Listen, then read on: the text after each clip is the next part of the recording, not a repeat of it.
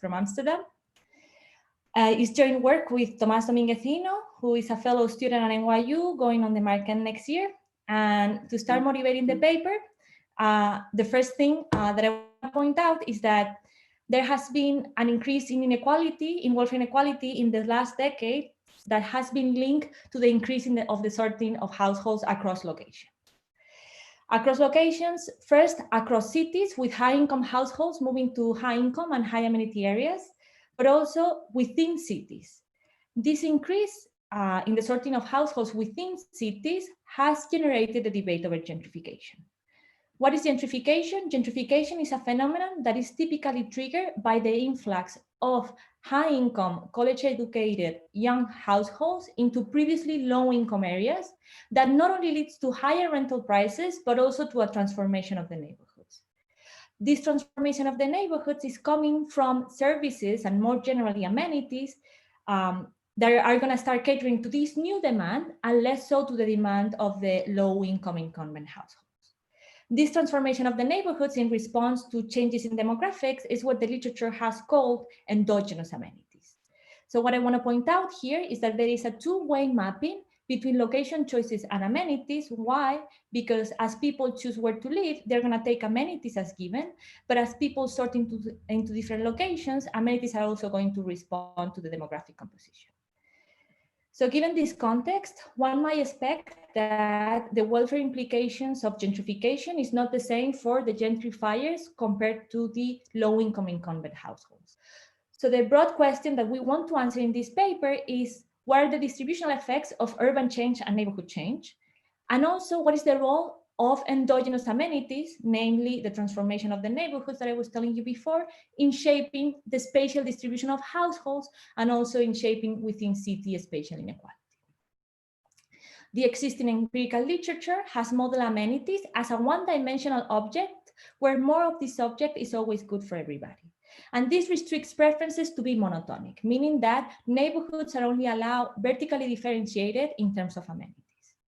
However, what we see in real life is that different types of amenities cater to different demographic groups, meaning that we might want horizontal differentiation of neighborhoods in terms of amenities. So for example, think of young professionals who are going to prefer bars over private daycare facilities, and we're going to have families who we might expect to have the opposite preferences. So the contribution of this paper is to model and estimate an endogenous provision of multidimensional amenities that are going to be consumed by heterogeneous households, and these heterogeneous households are going to have heterogeneous preferences over these amenities. The research design to answer this question is to model and estimate a dynamic spatial equilibrium model of a city with three components. The first component is going to be heterogeneous forward-looking households who are going to choose where to live from a set of neighborhoods within a city. This first component is going to give us the mapping between location characteristics, including amenities, into location choices. The second component of our model is going to be firms who provide consumption amenities and are going to make entry decisions based on the demographic composition. And this component is going to give us the mapping between the demographic composition to the composition of amenities. And the last component of our model is going to be absentee landlords who are going to make supply decisions about their rental units. We're going to estimate the model using restricted access Dutch microdata that allows us to track the universe of households in the Netherlands and concretely the universe of households in Amsterdam. We're going to complement this data with a panel for various establishments for all the zip codes in Amsterdam. And we're also going to use data on tourism and on short-term rentals. And the idea here is that we're going to take the tourism flows into Amsterdam as quasi-experimental variation that is going to change the demographic composition of the city overall. We're going to estimate the model using tools from the empirical IO literature. And once we have estimated our parameters, we're going to use those to evaluate for today's presentation, to evaluate the following things. First, the welfare implications of the tourism shock, and I'll be more explicit about what I mean by the tourism shock in a few slides, and what is the role that endogenous amenities play in transmitting the shock. Preview of results. Heterogeneity matters. First, we find that there is significant heterogeneity in preference parameters across demographic groups. when we estimate the parameters, we also see that the heterogeneity in preference parameters correlate with demographics in the way that we might expect. For example, we see that low-income households are more sensitive to rental prices than high-income households. Second, when we allow for horizontal differentiation of amenities and when we have heterogeneous preferences for these amenities, this is going to have important implications for equilibrium outcomes. Later on in the presentation, I'm going to show you a toy model of how this the role that this heterogeneity plays in shaping the equilibrium. But just to give you a brief overview, when we have aligned preferences over amenities, meaning that everybody agrees on what we like, what's going to happen in equilibrium is that everybody is going to compete for the same location. Now, if we move to the case where we have misaligned preferences, meaning that we like different things, in equilibrium, what's going to happen is that people are going to start, different demographic groups are going to start competing for different locations. And when we compare the case of misaligned cases, misaligned preferences to the case of aligned preferences, what we see is that with misaligned preferences, there is more scope for sorting of demographic groups across locations. In response, locations are going to endogenously adapt to this sorting. So we are going to see larger differences in terms of amenities that they are offered in these locations. And this is also going to have implications for welfare inequality, because as the rich and the poor are competing for different locations, what's happening in the case of misaligned preferences is that the poor have access to the amenities that they value at lower rental prices. And this is going to imply that there's going to be a reduction in the welfare gap between the rich and the poor. Third, the effects of the tourism shock when amenities are endogenous are amplified, meaning that the average welfare change goes from -2% to -7% when amenities are endogenous, but there are going to be some winners and losers. The distribution of wins and losses becomes more uneven when amenities are endogenous, meaning that we are going to have distribution implications, and it might even turn some losers into winners. And I'll show you the welfare counterfactual exercise later on, showing you the results for this. Milena, we've got a clarifying question on that slide there from Tomás, which is, are amenities valued by tourists representative of those of their demographic group? So what we're going to have is that, amenities, so they're going to be, tourists are going to be a specific demographic group, and they're going to be part of the city. And later on in a model, I'll tell you if when I get to the model, I'll tell you how I include these tourists into the demographic composition, and amenities are going to respond to tourism as well. All right, so data patterns in Amsterdam. What I'm going to show you now is what's happening in Amsterdam and what I call the tourism shock. So this is the square of the Rijksmuseum. This is a sculpture, and probably almost everybody has taken a picture with this sculpture when we have visited Amsterdam. So what you can see here is that this part of the city is pretty congested. So the congestion generated by tourists got to a point that the local government decided to remove the sculpture recently. And this anecdote is not of this particular point of the city, but it's something that is happening in the city overall. And what I'm showing you here is how the volume of tourism has doubled for the time period that I'm looking at. It goes going from 2008 to 2017. What I'm plotting here is the number of nightly visitors per 100 residents. So it goes from 3 to 6, meaning that it goes from 3% of the population sleeping in Amsterdam corresponded to tourists to roughly 6% of the population sleeping in Amsterdam in 2017. Tourism flows have not only increased, but also tourists are expanding all over the city, and this is mainly due to short-term rentals. And in here, what I'm showing you is a map with the number of Amsterdam for the 100 zip codes. On the left map, I'm showing you the number of hotel beds per capita. And on the right map, I'm showing you commercial listings as a share of the rental stock. What is a commercial listing? A commercial listing is a listing that we classify as being used by tourists year-round. Why do we focus on these listings? Because these are the listings that are likely that they are most likely to remove rental stock away from locals and displace locals and put tourists in instead of locals. So what we see in these maps is that the hotels were very concentrated in the city center. At the beginning, there was not much so Airbnb, but as time passes by, we see that there is a huge expansion of Airbnb all over the city, meaning that tourists now are staying in other areas of the city that they didn't used to. And if we look at this map, in white, we have 0 beds per capita. Airbnb is reaching places that hotels do not. So short-term rentals is going to give us extra spatial variation in the distribution of tourists within the city. Second, amenities are responding to this influx of tourists. So what I'm showing you here is total growth in touristic amenities. What is a touristic amenity? Is an establishment that the city of Amsterdam classifies as catering to tourists. And examples of these are marijuana coffee shops, bike rentals, souvenir shops, etc., etc. So for the 100 zip codes that we see here, if it's in red, it means that the number of touristic amenities is growing. So what we see is that for most of the zip codes in Amsterdam, we see an increase in the number of touristic amenities. Now, on the right map, we look at the growth in nurseries.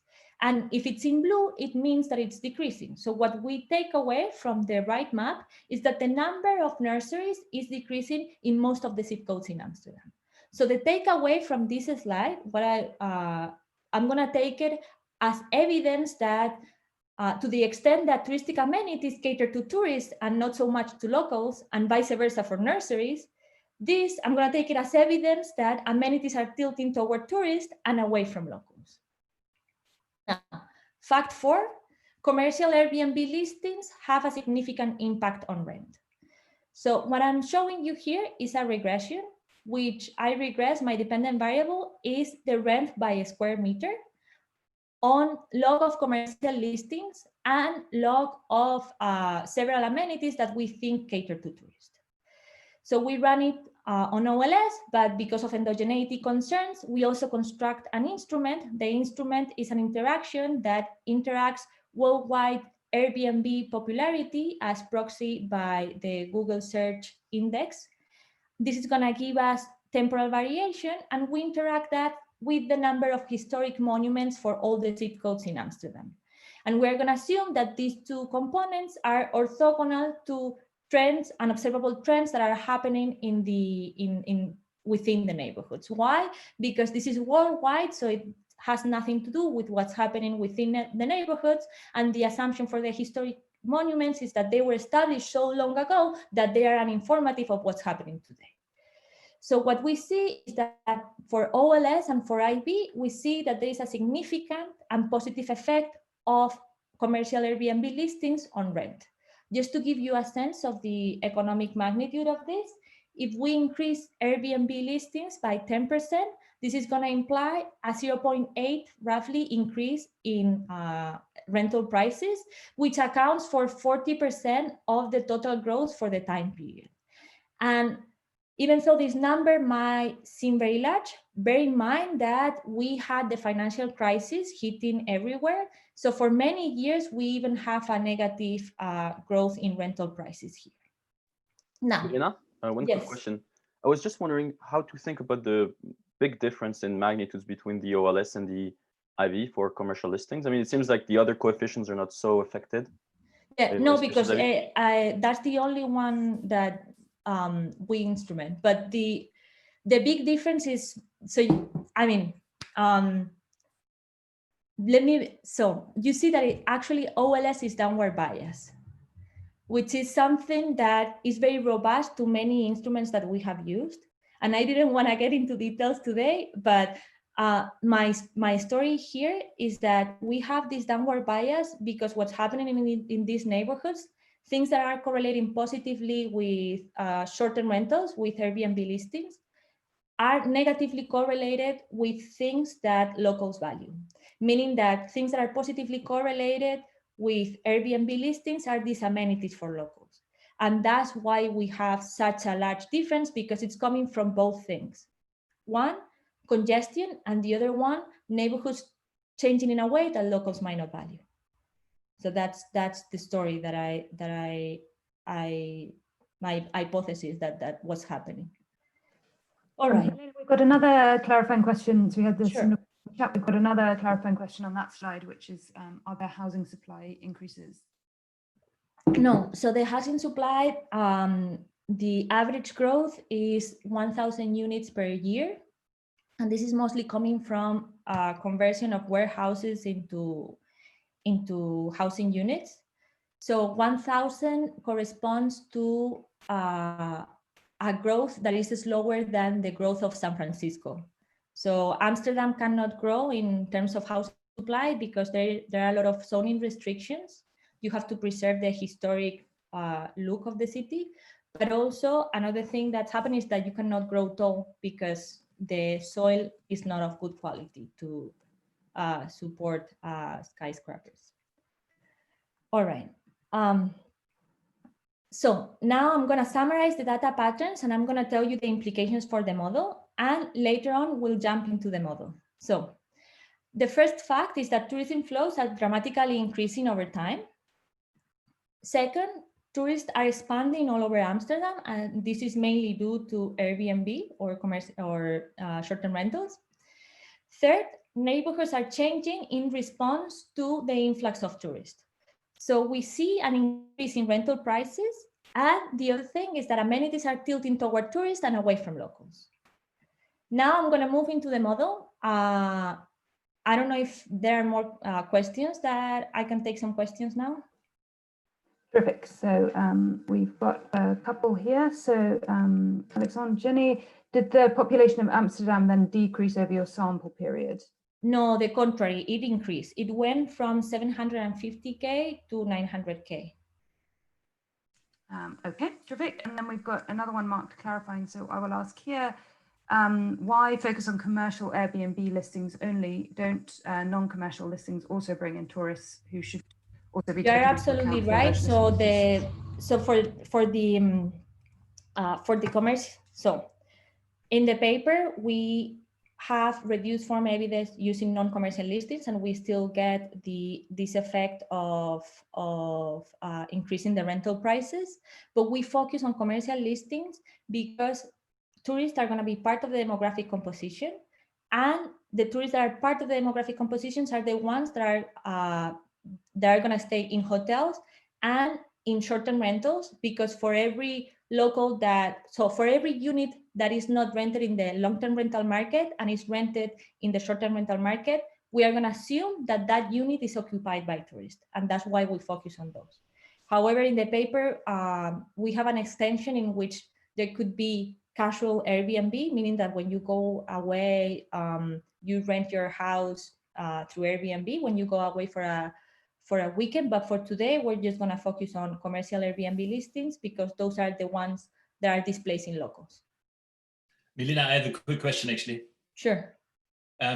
Just off the back of one of your facts, should we think about amenities as retail stores for the rest of the paper? Or I always thought about amenities as parks and, So in this paper, we're going to focus on consumption amenities that are provided through a market. Then the things that you have in mind that are public amenities, the assumption here is that those are not changing much over time. So those are going to be captured by location fixed effects. All right. Okay. So, but I guess like retail stores, etc., do not get congested in the same way that parks or the Amsterdam sign gets. Yes. We'll see the model later on. So, okay. Milena, sorry, I also have a quick question on the population. Sure. Can you tell us, has the composition changed in addition to Amsterdam growing? Okay. So what's happening in Amsterdam is that Dutch people are leaving, and we have an influx of young European, I call them expats, and also an influx of immigrants coming from a non-Western background. Thank you. All right. So now I'm going to show you, I told you that the model had 3 parts. Now I'm going to show you how these 3 parts talk to each other and the data sources that I used to estimate each of these parts. So the first part is absentee landlords who are going to rent their rental units either in the short-term rental market to tourists or in the long-term rental market to locals. Tourists are going to stay in short-term rentals or in hotels. And locals, we're going to have different type of households because we're interested in distributional effects, are going to stay in long-term rentals. Both tourists and households are going to be part of the demographic composition, and they're going to consume amenities. And firms are going to enter taking the demand of amenities as given and are going to provide these amenities, are going to supply these amenities. And because the revenue of firms or the profit of firms depend on demand, which in turn depends on the demographic composition, in this way, we are modeling an endogenous provision of amenities. All right, in terms of data, we're going to use data for short-term rentals for Airbnb that we take from inside Airbnb.com, and we're going to complement that data with tourism reports provided by the Amsterdam local government. For the demand for locations, we're going to use restricted access Dutch microdata, and we have several data sets, but the main one is this cadastre data. And what is this cadastre data? So how it works in the Netherlands is that if you are renting an apartment or if you buy an apartment, you are obliged to register in that apartment.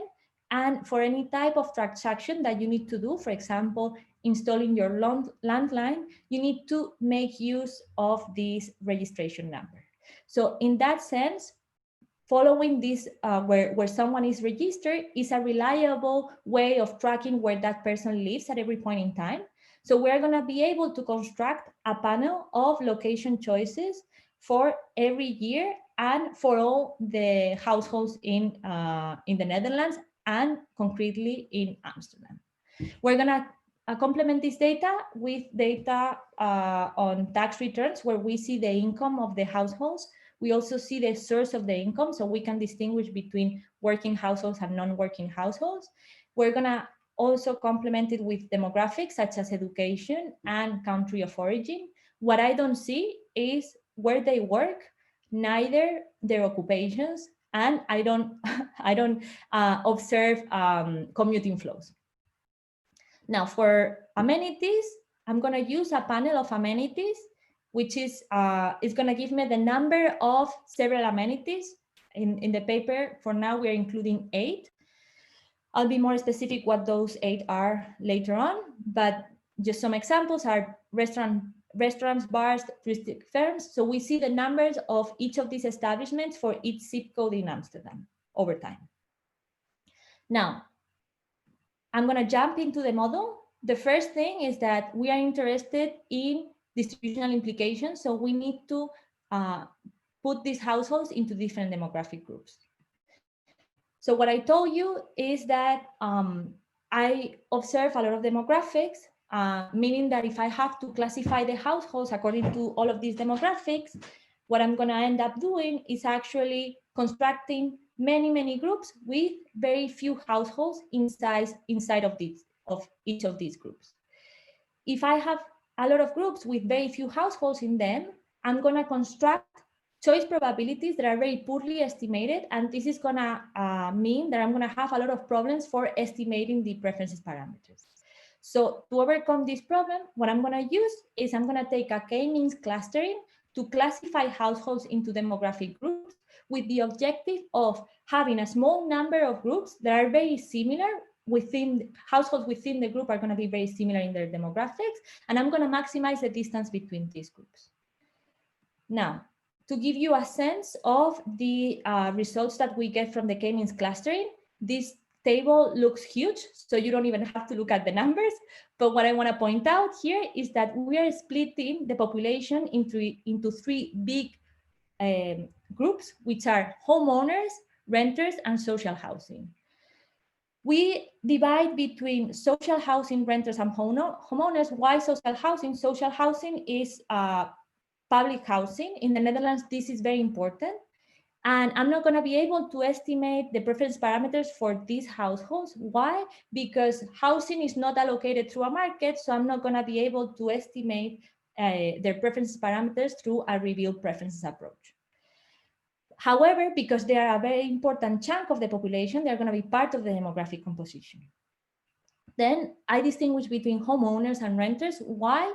Because I expect homeowners and renters to have different price sensitivities and different moving costs. All right, so now I'm gonna move into the first part of the model, which is the part of endogenous amenities, which is, remember this graph is the bottom here. So demand for amenities. Conditional on living in a location, residents pay for 1 unit of housing at price R. Across different sectors, bar, food stores, retail, touristic amenities, S, sectors are indexed by X, there are going to be firms indexed by I supplying differentiated products. So what I want you to think here is that a restaurant in Soho in 2015, a Chinese restaurant, is an imperfect substitute of an Italian restaurant in Soho in 2015. Milena, I'm just going to ask, if I may, a clarifying question because it relates to the previous slide, which is coming from Jonathan Dingle asking, why do you need a discrete number of group instead of making preference functions of these covariates? That's going to be clear later on for estimation, because what I'm going to, so if you allow me 2 slides, I'll show you why I need discrete groups. Terrific. So, so a consumer of type K is going to index the demographic group. We think income WK maximizes utility, choosing the quantity that he or she wants to consume from sector S and from firm I, QSI. So we're going to maximize this utility function subject to some budget constraint. What is this utility function? It's a CS preferences within firms, across firms within the same sector, and embedded into a Cobb-Douglas preferences across sectors. So where is heterogeneity coming from? It's coming from the Cobb-Douglas coefficient alpha KS that is going to be group specific. And what is it that I want to capture with this? I want to capture that young professionals might put more weight in the consumption of bars than of private daycare facilities, meaning that they are going to have a larger alpha, and the opposite for the group of families. And this is where heterogeneity of preferences is coming from. All right. Within a sector, allocation, and a time period, we're going to fix this for this slide. There's going to be monopolistic competition and free entry. I'm going to assume that firms in that setting have identical marginal cost, and therefore this is going to imply identical pricing decisions. If there are n SJT firms in sector S, location J at time T, because the firms have identical pricing decisions, consumers are going to split their budget equally across firms. So they are going to demand 1/n of the budget dedicated to the sector S, which is given by alpha KS times W minus R. So if we have mk number of type K residents, the total demand for a firm S is going to be given, or the selling profits for a firm in sector S is going to be given by the following expression here, where we are aggregating over all consumers of type K and over all K types. The free entry condition, so what it means, because we have competition and free entry, that firms are going to enter until these selling profits are equalized to 0. That free entry condition allows me to pin down the number of firms as the function of the demographic composition, these MKs, and the entry cost. Now I'm going to take this equation to the data, and because I don't observe these operational costs, I'm going to assume they have the following functional form, where there is a component that corresponds to sector, a component that corresponds to location, and a component that corresponds to time. And I'm going to take the logs of the logarithm of the previous equation. By taking the logarithm, these 3 components translates into these fixed effects, and the demographic composition is inside the log. Now, going back to Jonathan's question, why do I need a finite number of groups? Because what I want here is to have, I need a finite number of groups because those are going to be my regressors. I'm going to classify the population into several buckets, and I'm going to regress how the supply of firms respond to these different buckets. So I need a finite number of regressors, so I need a finite number of groups. All right. So, Milena, yes. Sorry if I may interrupt. My understanding of Jonathan's question is there a way, an alternative to that, to parameterize more? so that right now it's each group is non-parametric. It has its own preferences, alpha, but my understanding that an alternative way would be to specify how that depends on their characteristics. So for example, you mean by interacting the coefficients with their own demographics or something like that? Yes, some functional form of demographics. Yeah. Yeah, so in principle, you could do that. In here, so what you're gonna see later on, which is not really the answer to what Jonathan and you're saying, but we're gonna see that actually these coefficients correlate with demographics. So in that sense, it's like they're kind of a function of demographics. But no, for now, it's in principle, you can interact with demographics here with, like, for example, income. Well, income is here, but for example, age or something like that. That's what you mean? I think so, yeah. Okay, okay. All Milena, right. I had a quick question on the cost of firms. So my understanding is that firms don't use housing in their production process. They don't. So no, right now, no. The housing is gonna come through the operational cost. So for now, in the F. Yeah, in the F. I see. Because you would imagine that one reason why, say, nursery homes are moving out of some areas is because land is becoming more expensive. Yes, absolutely. In this particular areas. But then I was wondering whether the separability assumption that you're making here on the cost is consistent with housing. No, you're absolutely right. So to address that, you have to separate only on X sector S, and then have another fixed cost that is JT, which will incorporate what you are saying. In the paper, and the first version, I refrained from doing so. Why? Because this JT will be estimated with a lot of noise, because I will only have 8 observations to recover that JT fixed effect.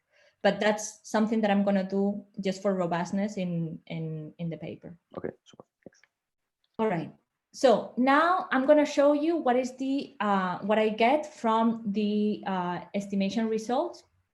And what I'm showing you here are the alphas, and the alphas for this, in this case, are for tourists, and these are the 8 amenities that I'm including in the model right now. So what we see is that when we have a large number, or when we have an increase in the number of tourists, this is going to correspond to an increase in restaurants, bars, touristic amenities, and retail. Now, for some other demographic groups, now in here I'm showing you young professionals without children and immigrant families with no college education. So the first thing that I want you to see is that for families, they're gonna put, or the response in food and retail is much larger for immigrant families than for food and retail. And also observe that the response in bars for young professionals is larger than the response in bars from immigrant families. All right, now I'm gonna move to the next part of the model, which is housing demand.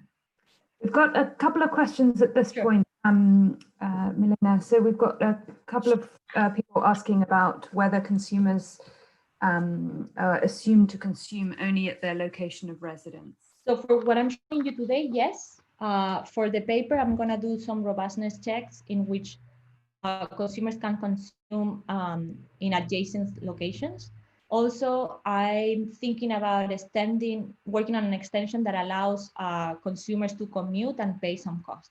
But for today's presentation, they're only consuming in their zip code, from amenities in their zip code. And just to give you a sense of how these zip codes are, the size is on average 8,000 people. So they're a bit smaller than the US zip codes. Perfect. Okay, there's a couple more questions. You can take them now, or feel free to postpone them if you want. No, if they're from the previous section, yeah. Okay, so we will hear a voice other than mine now. So Miguel, you should now be able to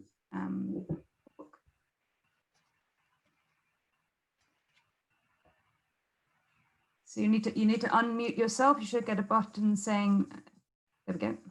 Hi, Milena, quick question. Hello. It seems to me that the k-means clustering is a little bit disconnected from the decision process. Can you tell us a little bit what is the connection between the clustering and this decision process? So if you don't mind, could I answer that question at, well, let me say something. There is a methodology in which you can put decisions into the k-means clustering. I don't do so in here because I have a very unbalanced panel and I will have to make more assumptions. And at this point, the assumption is that all heterogeneity is observable. So I can recover all heterogeneity from observable characteristics. But that's something that I'm gonna look at in the future to incorporate information from decisions in the k-means clustering, because that's gonna reveal information about preferences. Okay, thank you. Terrific. We've got one more question in the box coming from Stephanie Kesselman. You should now be able to talk. Hi, Milena. Hello. My question is from the past slide. How do we know that the immigrant families are not responding to labor market opportunities rather than amenities for consumption? So in order to address that concern, what I'm doing is looking at already working households. So the thing is that I'm going to assume that there is one labor market in Amsterdam, but what I don't want is people to move to Amsterdam because they got no job, because they had no jobs, and then they move into Amsterdam to get a job. So I'm trying to address that by looking at already working households. Okay, so okay, fine. So if there are no more questions, I'm going to move on with the estimation for housing demand, for location demand. So remember that this problem is dynamic. So at the beginning of period T, a household of type K, I, is going to choose from a set of neighborhoods within Amsterdam. I'm also going to allow for these households to move outside Amsterdam. So this is going to be an open city model. And I'm also going to allow households to stay in the same housing unit in which they currently are. So they make this decision every period. In case they move, they're going to pay a moving cost that is going to have a one-time payment that is going to be constant across all locations. And there's going to be a component that is going to depend on the distance between these two locations. If they don't move, of course, they don't pay any moving cost. The household indirect utility flow from the decision D is given by the following thing, and let me go over the components. The first one is a location fixed effect, which is going to be group specific. Observe that all coefficients are group specific. What is this location fixed effect capturing? So things that are not changing over time. In the case of Amsterdam, for this time period, for example, is the access to the subway. The second component is utility that you derive from location capital. What is location capital? I'm going to allow my households to build up location capital. And what is it that I want to capture with this? That people get attached to their locations. And what is I see in the data to match or as a way of an inspiration for this part of the utility is that the longer someone has been living in a location, the less likely is that person to move away from that location. So this component here is going to help us rationalize that pattern of the data. Second, they're going to derive some utility from their income for their budget for consumption. And they're going to derive some utility from the amenities offered at that location. A is going to be a vector of amenities, and they're going to pay a moving cost upon moving. The dynamic programming problem of the households is as follows. So conditional on where I was living yesterday and for how long, my income and some idiosyncratic shocks. I'm going to maximize my per period flow utility, my idiosyncratic shock, and this plus the continuation value. Now, if location decisions are dynamic, it means that the decisions are going to depend on this component here, the continuation value, which is unobservable to the econometrician. So I cannot take location choices directly to the data, and I'm going to have to address this in a particular way. In this paper, what we're going to use, we're going to estimate the model using the methodology called Euler equations in conditional choice probabilities. And this relies on a concept called finite dependence property, which in this context is going to be renewal actions, and it's going to be very simple. What is a renewal action? So think about two agents of the same type who move to a new location.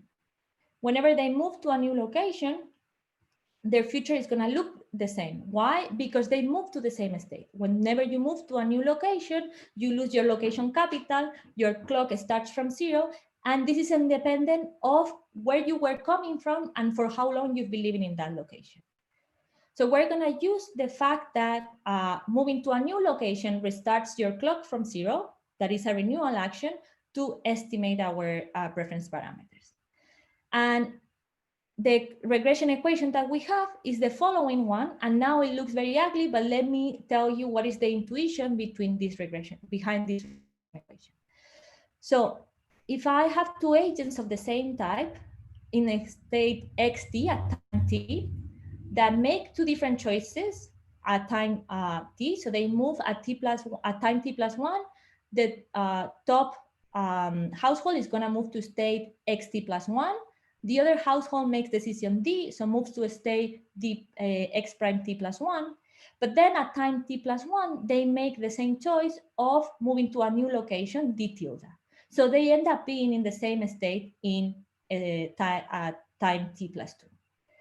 So for example, in the data, if I observe that the likelihood of this path with the same initial point and the same ending point is much larger than the likelihood of the bottom path, it must mean that the utility flow that I get along this path must be larger than the utility flow that I get from the bottom path. Why? Because when we reach a state xt plus 2, our continuation value is the same, and any differences should come from differences along those paths and nothing after the future. And this is what this regression equation is saying. I compare the likelihood of the bottom path, d tilde, to the likelihood of the bottom path, d prime d tilde, and this has to be solely explained by difference in utility flows along the path and nothing after the future. So with that regression equation, I'm going to estimate my utility parameters that are going to come from this utility here, which is going to be a function of observables, and the parameters that are going to be group specific. So what I'm showing you here is the parameter that I recover that tells me how sensitive these households are to prices and how location choices depend to rental prices. So what we see is that the higher the income percentile of the households on the x-axis, the lower the price sensitivity, meaning that low-income households are more price sensitive than low-income households. We see that pattern, but for this guy here, these guys are recent college graduates, young, which have very low income, and these people tend to live in the city center, so that's why we are recovering this parameter here. Now, in terms of amenities, I'm plotting here age against the coefficient for touristic services, for how much these people like touristic services, and we see that older people tend to like less touristic services than younger people. And another type of demographic is the coefficient on restaurants on the share of non-Western. So we see that the larger the share of non-Westerns, the less we like restaurants in our neighborhoods. All right. So housing supply, I'm going to be very brief in the interest of time. I'm going to assume that housing supply is fixed. Landlords are going to make a binary choice between renting in the long-term rental market, receiving rents R, or in the short-term rental market, receiving rental P minus a cost. So there's going to be a cost for doing Airbnb. And I'm going to assume the landlords have a type 1 idiosyncratic shock, type 1 extreme value idiosyncratic shock that allows me to invert the shares. And what this equation is saying here is that when I compare the shares between the long-term rental market and the short-term rental market, that has to be explained by the price gap in these two markets and the cost of doing Airbnb. So I instrument for price. I don't have time to go over the instrument here. And the results that we get is that the price gap, the alpha parameter that I'm recovering here for the IB specification is 1.6, meaning that the more income they make, the happier these people are, these landlords are, which is always good. And now I have finished with all the three components of the model and the estimation of the parameters, and now I'm going to move to the counterfactual. So I can take a couple of questions now. Terrific. There are a couple of clarifying which I'll ask, and then more substantive one I'll unmute for. So the first clarifying one is coming from Kongpen. So what is the role of the changes of jobs in moving decisions? So what is the role of job changing in moving decisions? So yeah. in this model, what we are gonna, our assumption is that there is Amsterdam corresponds to a commuting zone. So there is only gonna be one labor market. So moving decisions are not related to jobs. This assumption, we make it because what we want here is to recover, is variation coming from, so we want location choices to come from variation in location characteristics. We want to recover how people respond to changes in location characteristics. So that's one of the reasons why we focus only on Amsterdam and why the labor market doesn't play any role here. Okay, terrific. We've got another clarifying, which I'll ask here from Rolando Campuzano. So how long until a terminal action in location choice? So how many potential paths can be achieved? So for this, the terminal action, a renewal action, you only need one period deviations. However, you can construct as many as you want with the renewal actions. I'm not entirely sure I understand your question fully, but given that I know Rolando, I can talk to him later on. So perfect. I'm going to unmute Santiago Franco to ask his questions. Then there we go. Should be able to talk now. Hi, Milena. Hello. Regarding the dynamics of the model, you're yes. estimating a dynamic model. Do you have empirical evidence that agents are forward-looking regarding the housing market? I'm wondering if you can estimate the model using a static model and just like panel or repeated cross-section data. Yes. So in the paper, what we're gonna do is do some robustness checks first, when people are static, and the other one is when people are myopic, which is not exactly the same. However, there is plenty of evidence in this literature that moving decisions are dynamic. One piece of evidence that I can tell you is that there is a lot of persistence in location choices, indicating that location choices are state dependent. So you are more likely to move to choose to live where you are. And I don't know, for example, for evidence regarding this forward-looking behavior, I can refer you to Bayer et al. Econometrica paper where they show that there is evidence in this forward-looking behavior. Terrific. There's a couple more questions in the box, but we'll let you move sure. on. Thank you. So now I'm gonna move into the counterfactuals. The first thing that I'm gonna show you is a very simplified example of why should we care about heterogeneity in preferences. So we're gonna have, this is just to make things as simple as possible. We're gonna have two groups, low and high income households. The high income households, we're gonna assume that they are 25% richer than the low income households. And we're gonna assume two scenarios. The first one is the case of aligned preferences where everybody agrees on what they like. So I'm gonna have two types of amenities, high and low. And in the case of aligned preferences, I'm gonna have that both type of households value amenities 4 times as much, value high amenities 4 times as much as the low type amenity. In the case of misaligned preferences, I'm gonna have that high income households value high type amenities 4 times as much as low type amenity, and the opposite for low income households.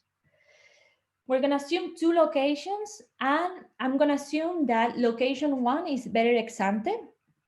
And given that I have two demographic groups, I'm gonna take the parameters for price sensitivity from Dynamk, and then I'm gonna fix the rest of the fundamentals. So now I'm showing you the spatial distribution of households as well as the spatial distribution of amenities in the case of aligned preferences. So what we see, location 1 is the good one. We have a larger share of high-income households in this location, which is the good location, and a higher share of the low-income households in the bad location. Because these people have the same preferences, amenities respond in the same way, and we see that there's not much horizontal differentiation in terms of amenities across neighborhoods. Neighborhoods, in terms of the amenities that they offer, they look more or less the same. Now we move to the case of misaligned preferences. So now each of these households have, each of these groups like their own amenity. So what we see that in this case, in the case of misaligned preferences, there is more segregation because we have more of these high-income households in the good location and more of the low-income households in the bad location. But we also see that as amenities respond to this sorting, we also see a larger differentiation of neighborhoods in terms of amenities. Now, this is just comparing the two graphs.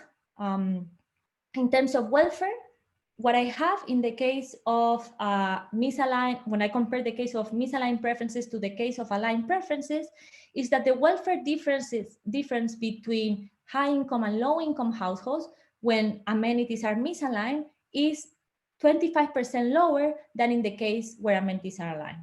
Why? Because low income households, what they are doing is they are all moving to the bad location and they are getting access to the amenities that they like at lower rental prices. However, in the case of aligned preferences, they are competing for the same location as the high-income households, and therefore they have to pay higher rental prices in order to access the amenities that they value.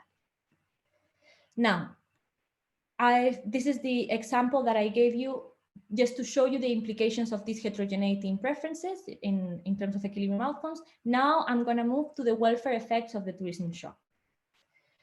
So I have 8 groups here. If I had to show you everything for the 8 groups, it will be a bit overwhelming for the presentation. So for the presentation, what I'm doing is I'm grouping these 8 groups into 2 bigger subgroups, which are, I call them the light pink. Those are going to be the families because they prefer educational establishments over bars. And for group 5 and 8, I'm going to call them the young professionals because they have the opposite preferences. They prefer bars over educational establishments. Now, the exercise that I'm going to do, that I'm going to show you today is compared to steady state, pre-tourism shock, in 2008, post-tourism shock in 2017. And I'm going to do it in 2 steps. The first step is I'm only allowing rental prices to respond. So this is the case of exogenous amenities. So what we see is that everybody is worse off because they have to pay higher rental prices. And let me say that this is the welfare from the point of view of a resident. So it doesn't include the welfare of landlords. So everybody is worse off because we have to pay higher rental prices and we don't like that. Now I allow amenities to respond. So when amenities respond, what I observe is that first, that the size of these bars are growing. Why? Because as tourists come into the city, they are bringing the amenities that these people do not value. So these people, graphic groups, not only have to pay higher rental prices, but also their city is changing in a way that they do not value. And we see that this endogeneity of amenities amplifies the effects of the tourism shock. However, look at this group over here. Even though this is a group of young professionals, and even though they have to pay higher rental prices, they are being compensated by the amenities that tourists are bringing with them. So just to sum up, when amenities are endogenous, so on average, I forgot to say this, on average, the welfare losses when amenities are exogenous is -2%, and when amenities are endogenous, it's -7%. So the welfare effects when amenities are endogenous are 3.5 times larger on average. We see larger dispersion in these welfare changes, meaning that the endogeneity of amenities also has implications for distributional effects. And some groups might even be compensated by the fact that their neighborhoods are, even though they have to pay higher rental prices, their neighborhoods are changing in a way that they value. And I'm gonna conclude. So we estimate a spatial equilibrium model of a city's residential market with the following 3 components. heterogeneous demographic groups who make forward-looking decisions, and they're going to choose over a set of neighborhoods within Amsterdam. As I said before, this part of the model is going to give us the mapping between location characteristics into location choices. The second part of the model is a multidimensional provision of endogenous amenities, because firms are going to make entry decisions based on the demographic composition of the neighborhoods. And this part of the model, as I said in the beginning, is going to give us the mapping between demographic composition and the composition of amenities. And there's going to be housing supply through the short-term rental decision of landlords. Then endogeneity of amenities with heterogeneous preferences. I've shown you with a very simplified example that matters for equilibrium outcomes, and it has important implications for sorting, welfare, and inequality of different demographic groups. And the effects are going to depend on how we agree upon our preferences for amenities. And counterfactual simulations show that the endogeneity of amenities amplifies the welfare effects, and it goes from a loss of -2% to a loss of -7%, but it also has important distributional implications. And that's everything from me for today, and I'm happy to take more questions now. Fantastic. Thank you very much indeed, Milena. So we've got a few questions here. So firstly, Gregor Singh, you should be able to speak now.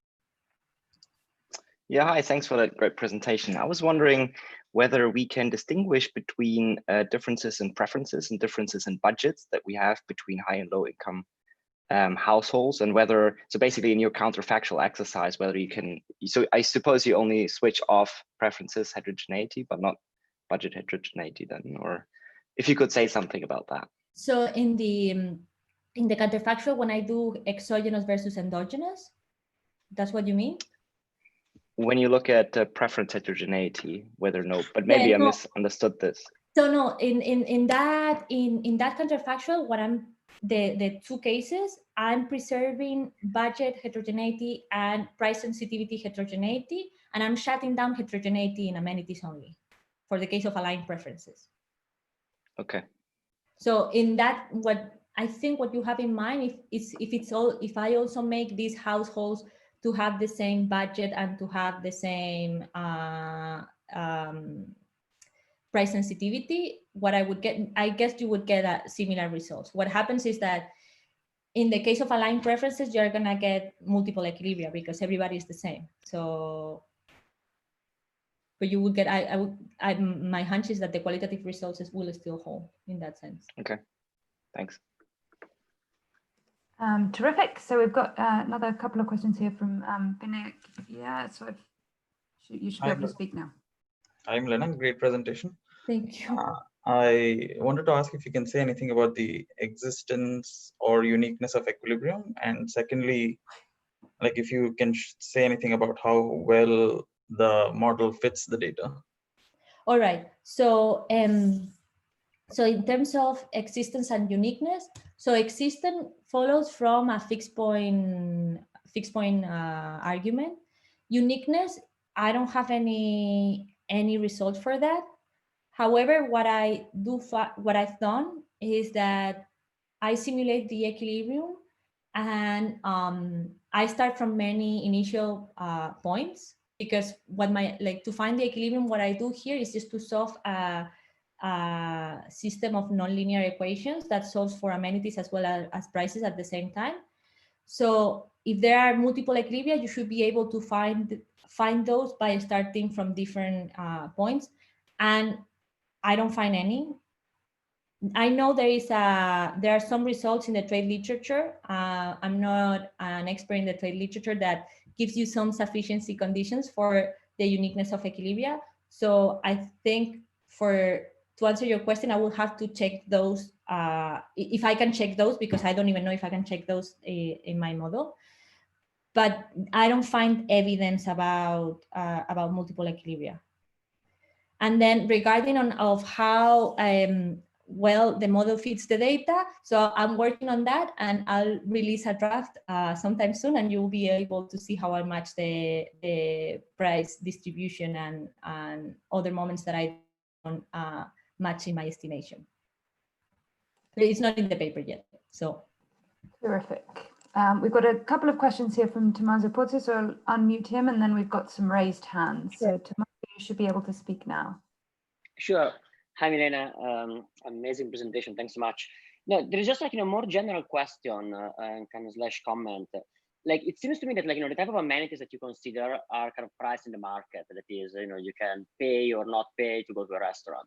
Yes. Well, often we think of amenities as something which are not priced in the market, such as, like, you know, low crime, or like, you know, the example of parks, or even like, you know, public schools, or even like, you know, the type of people you interact with.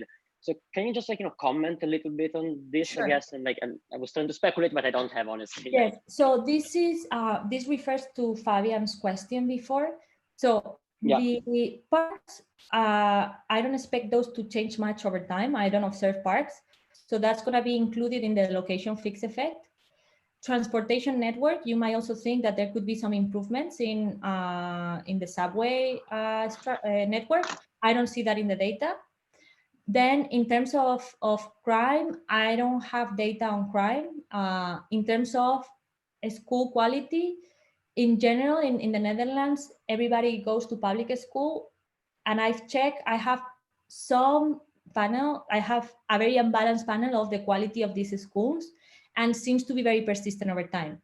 So that's gonna be included in the location fixed effect. Now, if you have something that is changing over time, that and affect, it's important for location choices, that's gonna bias my estimates unless I have a credible identification strategy that addresses those unobservables. So that's Can I push? I'm still muted. Still unmuted, yes. So can I push back a little bit? Like, can I push back 30 seconds a little bit instead of asking my other question? Like, so I agree with you. I'm not really worried about the estimation, the bias of the estimation. I was more like, you know, asking in terms of, like, you know, the big conclusions that you can draw from your work. I think, like, you know, this idea of heterogeneity of amenities of preferences matters is crucial. And then I was trying to kind of think, should we extrapolate this idea also to amenities that are not priced? Do you expect it to matter, like, you know, more or less?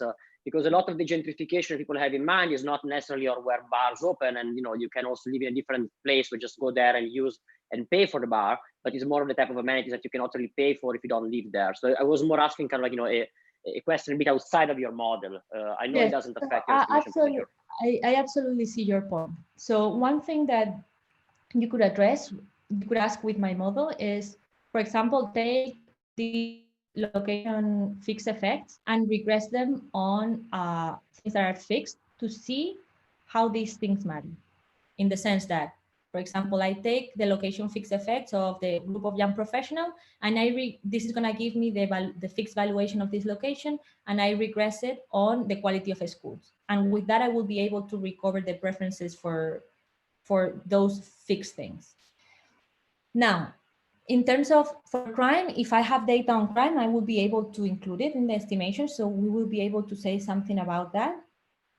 Then another question that I think is super interesting, and it's something that it's a question that I'm planning to work with with Claudia Allende in the future, is to see how the demographic composition of neighborhoods map into, for example, school quality, but I expect that to be a long run outcome. I don't expect that to change in the short run. So this analysis cannot be addressed with this model because I don't observe enough changes for the time period that I look at. You see what I mean? Great. We've got another question now coming from Clémence. So Clémence, you can go ahead and speak. Thank you. No, so it was a quick question following the more like public amenities. So I agree that parks are likely to stay as such, but you have some also quantity of public services. So the number of daycare spots, if you have any like public daycare, and not really for the bias it can bring, but also more interestingly to see whether public services adapt to the new location choices, or even like preempt the new location choices if they are forward-looking as well, and whether it would be a reinforcing mechanism or a mitigating mechanism. No, you have a great point. So the only problem is that with the data that I have right now, I don't have for example, in terms, so for schools, that I think is something that matters a lot, like the quality of schools, I don't have variation, so I have a very unbalanced panel right now. I'm gonna get data on the quality of primary and secondary schools for another project, as I mentioned before. But for the data that I have right now, I cannot do it because I don't see things changing enough to construct a meaningful mapping between location choices and the quality of these schools.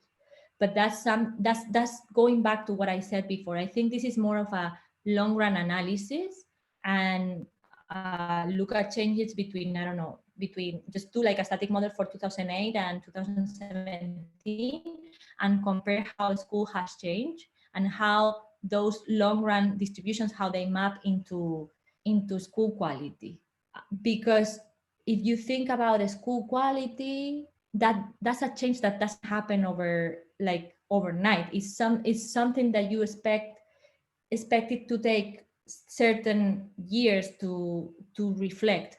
So that's why I think a long run analysis will be more appropriate for that. And as I said, I cannot do it with the data right now, but I think it's an amazing question. Great. Got another one from Marta. We just got a couple of minutes, so Marta, go ahead. Yeah, so just I thought it was super interesting to see how hotels are very concentrated in the center, and Airbnb allowed people to, like tourists, to spread a bit more. So did you run this counterfactual on what was the effect of basically tourists reaching other neighborhoods? Is it good that tourists were spread out around the city? Would it have been better to just concentrate tourists in the center, you know, like this kind of policy or a decision? Yeah, Marta, you are very smart, I must say. So that's another counterfactual that we are doing, because one of the things that we can do with this model is, for example, to shut down tourists in certain areas of the city by not allowing Airbnb or by not allowing hotels. So I think this is super interesting. Why? Because it's something that is on my to-do list. As you know, like the job market paper has like an endless to-do list thing. But it's something that I'm planning to do. And I think it's very interesting for the following reason. What you're saying is that if you only allow tourists, let's say in the city center, people who like the touristic amenities are going to self-select into these neighborhoods. So we can think of place-based policies that are tagging certain locations, but actually are indirectly targeting different demographic groups, because people reveal their types through their location choices in some way. So I think that's a super interesting counterfactual, and that's definitely something that I hope to have in the paper in the next coming months. Perfect. Wonderful.